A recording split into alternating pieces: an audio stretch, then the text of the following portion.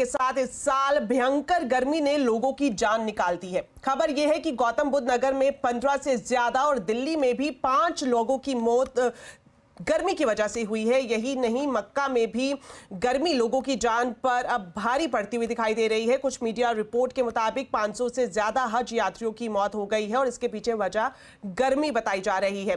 राजधानी दिल्ली की बात करें तो जून के महीने में न्यूनतम तापमान का 55 साल का रिकॉर्ड टूट गया है। आज दिल्ली का न्यूनतम तापमान 35.2 डिग्री सेल्सियस रिकॉर्ड किया गया है, जो कि साल 1969 से आज तक का जून के महीने का सबसे ज्यादा न्यूनतम तापमान है। कहने का मतलब यह है कि राजधानी में न्यूनतम तापमान भी 55 साल में सबसे गर्म रहा है। वहीं गर्मी से हो रही मौतों के बारे में डॉक्टर क्या कुछ कह रहे हैं, सुनिए। 22 मरीज आए हैं टोटल, जिसमें 5 मरीजों की मौत भी हो गई है सस्पेक्टेड हीट स्ट्रोक की वजह से। एंड जो बाकी पेशेंट्स हैं उसमें करीबन 12-13 पेशेंट्स वेंटिलेटर पे हैं, अभी भी क्रिटिकल हैं। तो पूरा अपडेट गर्मी का जानने के लिए अब सीधा चलते हैं असीम मनचंदा के पास। तो असीम, ये बताएं, पिछले 55 साल का जो रिकॉर्ड है वो गर्मी ने तोड़ दिया है और अब लोगों की जान भी इसकी वजह से जा रही है। दिल्ली एनसीआर में हम लगातार देख रहे हैं, इस तरह की खबरें भी सामने आ रही है। तो पूरा अपडेट बताएं, क्या है? दीपाली, देखिए, उत्तर भारत और दिल्ली समेत पूरे उत्तर भारत में इस वक्त गर्मी का कहर है। 10 राज्य ऐसे हैं जिसके लिए मौसम विभाग ने हीट वेव का अलर्ट जारी किया हुआ है और ये पिछले लगातार, अगर मैं बात करूं, 3 से 4 दिन हो गए जबकि गर्मी कम होने का नाम नहीं ले रही है। हालांकि मौसम विभाग के मुताबिक अब अगले 24 घंटे के अंदर थोड़ी सी राहत मिलनी शुरू हो जाएगी। वेस्टर्न डिस्टर्बेंस काफी आने वाली है, खासतौर पे कि पंजाब और हरियाणा में वेस्टर्न डिस्टर्बेंस आएगी और दिल्ली में भी बारिश का अनुमान है। लेकिन अभी तक का जो तापमान में, जैसे कि आपने खुद बताया कि दिल्ली में सबसे न्यूनतम तापमान 35 डिग्री रहा, यानी कि रातें भी इस बार काफी गर्म है। दिल्ली की रात को भी तापमान कम होने का नाम नहीं ले रहा। तो बहुत सारी एडवाइजरीज ऑलरेडी मौसम विभाग जारी कर चुका है कि अगर आप लगातार लिक्विड लेते रहें, जब धूप हो तो आप बाहर ना निकले, तो उस तरह की एडवाइजरी का आपको पालन उनका करना पड़ेगा। और खासतौर पे कि जिस तरह से पूरे उत्तर भारत में गर्मी है और अभी मानसून भी नहीं पहुंचा है यहाँ पर, लेकिन मौसम विभाग के मुताबिक मानसून ने अपनी रफ्तार पकड़नी शुरू कर दी है और अगले 2 से 3 दिन में रिवाइव हो जाएगा और 30 जून तक वो दिल्ली और एनसीआर में मानसून की बारिश होने का अनुमान भी है। तभी लोगों को कुछ इससे गर्मी से राहत मिलेगी। शुक्रिया असीम इस पूरे अपडेट के लिए। और जिस तरह से असीम बता रहे थे कि अब मॉनसून ने रफ्तार पकड़ ली है और ये आशंका जताई जा रही है अगले 2 से 3 दिन में राजधानी दिल्ली में बारिश हो सकती है। तो इंतजार जाहिर तौर पर बारिश का ही रहेगा। लेकिन फिलहाल की बात करें तो आसमान से आग बरस रही है। जून के महीने में न्यूनतम तापमान का 55 साल का रिकॉर्ड टूट गया है। लोग कितने परेशान हैं इस भीषण गर्मी से, आइए आपको सुनाते हैं। ह्यूमिडिटी है, गर्मी ज़्यादा है, जिसके चलते अपना प्रिकॉशन लेना पड़ रहा है। काफ़ी मतलब ह्यूमिडिटी है और लू चल रहा है। लू के दौरान मतलब दिक्कत ना हो, इसलिए ये शिकंजी का तो ये थोड़ा सा ये राहत है। पीने के लिए थोड़ा अंदर तरल पदार्थ हो, इसके लिए पी रहे हैं। दिक्कत तो सर बहुत है अभी, क्योंकि गर्मी इतना ना ज़्यादा हो ही गया कि बहुत ज़्यादा दिक्कत है। ढक के चलना तो ज़रूरी ही है। ये धूप तो ये रहा है सुबह ही 5 बजे, क्योंकि इतना ना गर्मी है कि सबसे ज़्यादा हार्ड गर्मी है इस साल की। तो इतनी तो गर्मी कभी देखा ही नहीं था। कई लोग बाइक पे चलते चलते बेहोश हो जा रहे हैं। बिल्कुल सही बात है, गिर जाते हैं, क्योंकि इतना ना हार्ड ही गर्मी है कि कहीं भी गिर सकते हैं। हाँ, उसमें कुछ नहीं कर सकते हैं। कॉलेज से आते हैं जाते हैं रोज़ गर्मी में, तो नहीं हो पाता हैंडल। और जैसे गर्मी बहुत ज़्यादा बढ़ रही है तो कुछ कर भी नहीं सकते हम। तो एक तरफ है भीषण गर्मी और दूसरी तरफ है राजधानी में पानी का संकट जो खत्म होने का नाम नहीं ले रहा है। करीब करीब 15 दिन हो गए हैं कि दिल्ली में लोग पानी के लिए तरस रहे हैं और अब हालात ये हो गए हैं कि न्यू दिल्ली म्युनिसिपल काउंसिल के तहत आने वाले दिल्ली के वीआईपी इलाकों में भी पानी आना बंद हो गया है। और आप देख सकते हैं ये जो तस्वीरें आप एनडीएमसी एरिया की देख रहे हैं कि जो बड़े अधिकारी हैं उनके सरकारी आवास के आसपास भी अब टैंकर लगने शुरू हो गए हैं। स्थिति चिंताजनक यहां पर इस तरह से है कि अस्पतालों में भी अब पानी की कमी हो गई है। गीता कॉलोनी, ओखला, वसंत विहार, चाणक्यपुरी, खिचड़ीपुर और लगभग अगर ज्यादातर दिल्ली के हिस्सों की बात करें तो इसी तरह की तस्वीरें दिखाई दे रही हैं। तो ज्यादा पानी भरने की होड़ में लोग एक दूसरे के ऊपर चढ़ते हुए दिखाई दे रहे हैं। जमीनी हालात क्या कुछ है, इसका जायजा लिया हमारी संवाददाता रीमा ने। ये उस विकसित भारत की तस्वीर है जो चांद पर पहुंचने का दावा करता है, लेकिन जमीन की सच्चाई ये है कि बूंद बूंद पानी के लिए लोग तरस रहे हैं। और आलम यह है कि सुबह सुबह सैकड़ों की तादाद में जब यहाँ पे टैंकर पहुंचे तो ऐसे ही कतारबद्ध होकर पानी, वो भी पीने का पानी लेते हैं। सबसे हैरान करने वाली बात यह है कि ये किसी दूर दराज इलाके की तस्वीर नहीं है, बल्कि देश की राजधानी दिल्ली की वो तस्वीर है जहाँ पे दावे तो ये किए जाते हैं कि हम खूब विकास कर चुके हैं, हमने तो यहाँ पे चमचमाती हुई सड़कें बना दी है, यहाँ पे सारी सुविधाएं हैं, लेकिन जो बुनियादी सुविधाओं में एक है पीने का पानी, उसके लिए लोग कैसे तरस रहे हैं उसकी तस्वीरें मैं आपको दिखा रही हूँ। ये देखिए, जब तक हम बात कर रहे हैं कैसे यहाँ पे आपस में थोड़ी कहा-सुनी की भी नौबत आ जा रही है, क्योंकि सबको है कि ये पीने का पानी हम कैसे भी ले लें। अगर ये पानी इस वक्त ये नहीं ले पाए तो फिर इन्हें 24 घंटे का यानी कल सुबह तक का इंतजार करना होगा, और इसका भी कोई कंफर्मेशन नहीं है कि इन्हें पानी मिल ही जाना। सुबह में इसी तरीके से लोग ऐसे इकट्ठा होते हैं, सुबह में रोज यहाँ पे ऐसे ही होते हैं। जब से केजरीवाल सरकार की जो पानी गई है, पानी टंकी, तब से ये हालत है। टंकी की माफिया इतनी बंद कर दी है, टंकी बिल्कुल बंद कर दी है। वहीं दिल्ली सरकार की मंत्री आतिशी ने प्रधानमंत्री नरेंद्र मोदी को पत्र लिखा है और निवेदन किया है कि दिल्ली के लोगों को जल्द से जल्द पानी दिलवाएं। साथ ही ये भी कहा है कि अगर 21 तारीख तक दिल्ली वालों को उनके हक का पानी नहीं मिलता तो फिर 21 तारीख से आम आदमी पार्टी मजबूरन सत्याग्रह शुरू करेगी। तो मैंने प्रधानमंत्री नरेंद्र मोदी जी से ये विनम्र निवेदन किया है कि वो दिल्ली के लोगों को पानी दिलवाएं, वो चाहे हरियाणा से दिलवाएं, वो कहीं से पानी दिलवाएं, लेकिन अब उनको किसी प्रकार से दिल्ली के लोगों को पानी दिलवाना होगा। परंतु अगर 21 तारीख तक दिल्ली वालों को अपने हक का पानी नहीं मिलता, अगर दिल्ली वालों को ये 100 MGD पानी नहीं मिलता, अगर दिल्ली में 28 लाख से ज़्यादा लोग इस तरह बूंद बूंद पानी के लिए तरसते रहे, तो फिर 21 तारीख से मुझे पानी के लिए सत्याग्रह शुरू करना पड़ेगा, मजबूरी में करना पड़ेगा। और मैं 21 तारीख से अनिश्चितकालीन अनशन पर बैठूंगी जब तक दिल्ली वालों को उनके हक का पानी नहीं मिल जाता। तो आपने सुना किस तरह से अब दिल्ली सरकार दिल्ली वालों को पानी दिलाने के लिए प्रधानमंत्री नरेंद्र मोदी से गुहार लगा रही है। लोग परेशान है, पानी नहीं मिल रहा है, लेकिन जल संकट पर राजनीति जरूर हो रही है। आम आदमी पार्टी हो या फिर बीजेपी हो, हर कोई अपनी राजनीतिक रोटियां सेकता हुआ दिखाई दे रहा है। तस्वीरों में आप देख सकते हैं बीजेपी की तरफ से आज विरोध प्रदर्शन किया गया है आम आदमी पार्टी के खिलाफ, और आज भी बीजेपी के नेताओं ने जल संकट को लेकर दिल्ली सरकार को खूब घेरा।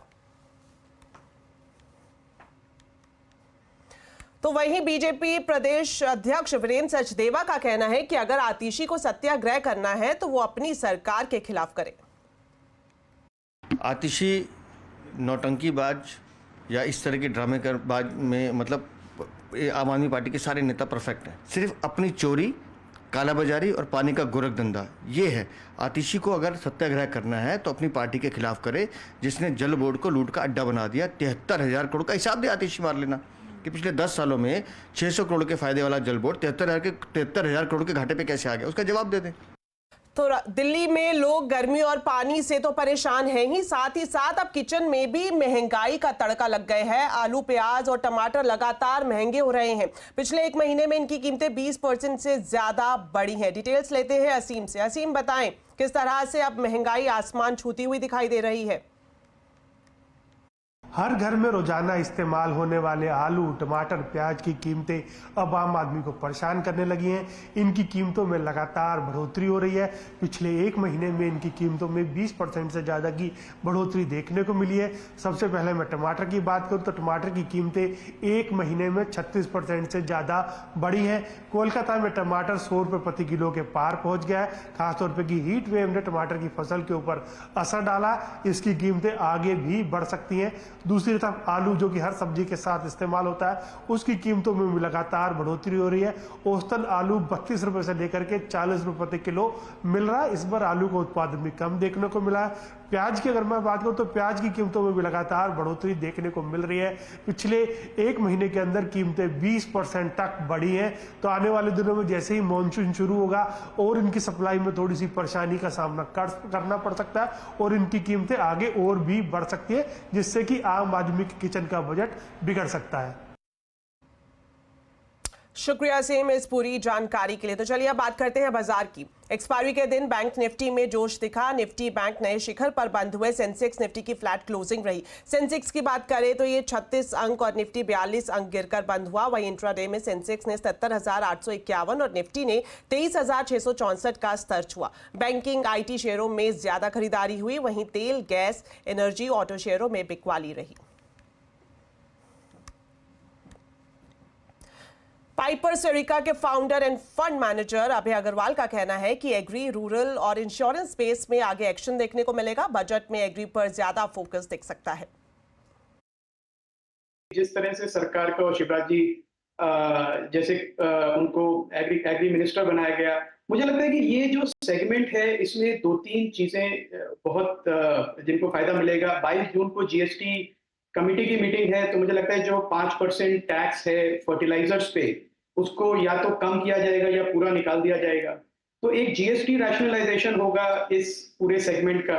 दूसरा, जो सपोर्ट गवर्नमेंट दे सकती है फार्मर्स को in form of helping them get better prices for their products, वो हमें बजट में दिखेगा। क्रॉप प्रोटेक्शन इंश्योरेंस की एक स्कीम थी जो फिर धीरे धीरे चली गई। अब उसके क्रॉप प्रोटेक्शन की कोई बात नहीं करता क्योंकि वो अनवायबल था एकदम इंश्योरेंस एजेंसीज के लिए। तो मुझे लगता है थोड़ा सॉफ्ट मिलेंगे इंश्योरेंस एजेंसीज को कि जो फार्मर की क्रॉप प्रोटेक्शन, क्रॉप इंश्योरेंस की पॉलिसीज वो जनरेट करें प्रॉफिटेबली। तो एक मुझे लगता है कि वो एक आएगा जहां पे एक कन्वर्जेंस होगा इंश्योरेंस सेक्टर के लिए और एग्रीकल्चर सेक्टर के लिए। चलिए अब आपको बताते हैं एक और बड़ी खबर। आज कैबिनेट की बैठक में कई अहम फैसले होने की उम्मीद है। बैठक में महाराष्ट्र के वधावन पोर्ट को मंजूरी मिल सकती है। इसके अलावा धान का एमएसपी बढ़ाने पर भी फैसला हो सकता है। तो इस बड़ी खबर पर डिटेल्स के साथ अब मेरे दो सहयोगी जुड़ गए हैं, लक्ष्मण रॉय और असीम मनचंदा। लक्ष्मण जी, सबसे पहले आपसे जानना चाहेंगे कि कैबिनेट की बैठक में कौन से बड़े फैसले हो सकते हैं? देखिए, कैबिनेट को लेकर 2 महत्वपूर्ण खबरें होने की संभावना है। सीसीए की बैठक नहीं है क्योंकि सीसीए गठन नहीं हुआ है, इसलिए तकनीकी तौर पर सिर्फ कैबिनेट की बैठक है। पहली बात कि इंफ्रास्ट्रक्चर को लेकर बड़ा ऐलान हो सकता है कैबिनेट की इस बैठक में। बड़े प्रस्ताव को मंजूरी मिल सकती है, जिसमें वधावन पोर्ट, जो कि बहुत बड़ा पोर्ट बनने जा रहा है, उस पोर्ट को यहाँ पे मंजूरी मिल सकती है। इसमें करीब 76,000 करोड़ रुपए का निवेश होगा। ये जो वधावन पोर्ट होगा उसकी खासियत ये है कि ये काफी डीप सी पोर्ट होगा, यानी बड़े बड़े कंटेनर वाले जहाज जो है वो यहाँ पे आ सकते हैं। और ये जो वधावन पोर्ट है इसके लिए ज्वाइंट वेंचर किया गया है महाराष्ट्र मैरीटाइम बोर्ड का, जिस पर 26% हिस्सेदारी होगी, और JNPA Jawaharlal Nehru port authority की हिस्सेदारी 74% होगी। और इसकी कुल क्षमता जो है 254 मिलियन टन की होगी, पोर्ट की सालाना क्षमता। चलिए अब चलते हैं असीम के पास। तो असीम, ये बताएं कैबिनेट की बैठक में धान पर एमएसपी बढ़ाने पर भी क्या फैसला हो सकता है?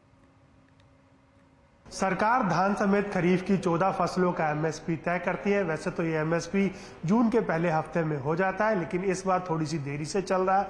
जो हमें सूत्रों के हवाले से जानकारी मिल रही है, कैबिनेट आज खरीफ फसलों के एमएसपी को हरी झंडी दे सकती है। सबसे पहले मैं धान की बात करूं, धान का भी एमएसपी 2,183 रुपये प्रति क्विंटल है। सरकार इसको 117 रुपये प्रति क्विंटल के हिसाब से बढ़ा सकती है। इसका नया एमएसपी 2300 रुपये प्रति क्विंटल हो सकता है। दूसरी तरफ मैं बात करूं खाद्य तेलों की, जिसमें कि सोयाबीन है, ग्राउंडनट ऑयल है, इनके एमएसपी में 5 से 7% की आपको बढ़ोतरी देखने को मिल सकती है। सबसे ज्यादा बढ़ोतरी दालों के एमएसपी में यहां पर हमें देखने को मिलेगी। पिछले साल दालों का प्रोडक्शन जो है कम 13 से लेकर के 15% तक कम हुआ था, जिसकी वजह से दाम भी बढ़ गए थे, हमको इंपोर्ट के ऊपर भी निर्भर रहना पड़ा था। तो सरकार इस बार दालों के लिए एमएसपी में बहुत भारी बढ़ोतरी कर सकती है। जो मैं सूत्र बता रहे हैं कि इसके अंदर 8% से लेकर के 10% की बढ़ोतरी हो सकती है। सबसे ज्यादा तूर और उड़द दाल के एमएसपी के अंदर बढ़ोतरी होगी। हमें देर शाम तक का इंतजार करना पड़ेगा। देर शाम को कैबिनेट की बैठक है और उसके बाद कोई इसके ऊपर अंतिम फैसला निकल करके आ सकता है, जहां हम खरीफ फसलों के एमएसपी में अच्छी खासी बढ़ोतरी होती हुई देख सकते हैं।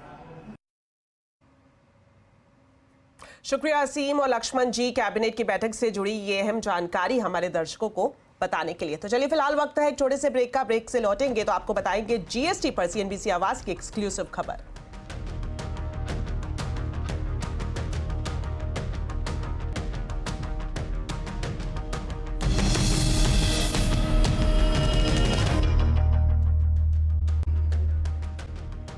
ब्रेक के बाद आपका स्वागत है और अब आपको बताते हैं जीएसटी से जुड़ी एक एक्सक्लूसिव खबर। 22 जून को जीएसटी काउंसिल की बैठक में कई बड़े फैसले हो सकते हैं। फर्टिलाइजर को जीएसटी से बाहर करने पर फैसला हो सकता है। साथ ही एप्पल कार्टन, सोलर कुकर और एयरक्राफ्ट पार्ट्स भी सस्ते किए जा सकते हैं। इसके अलावा ऑनलाइन गेमिंग जैसे सेक्टर में रेट्रोस्पेक्टिव टैक्स के निपटारे पर चर्चा हो सकती है।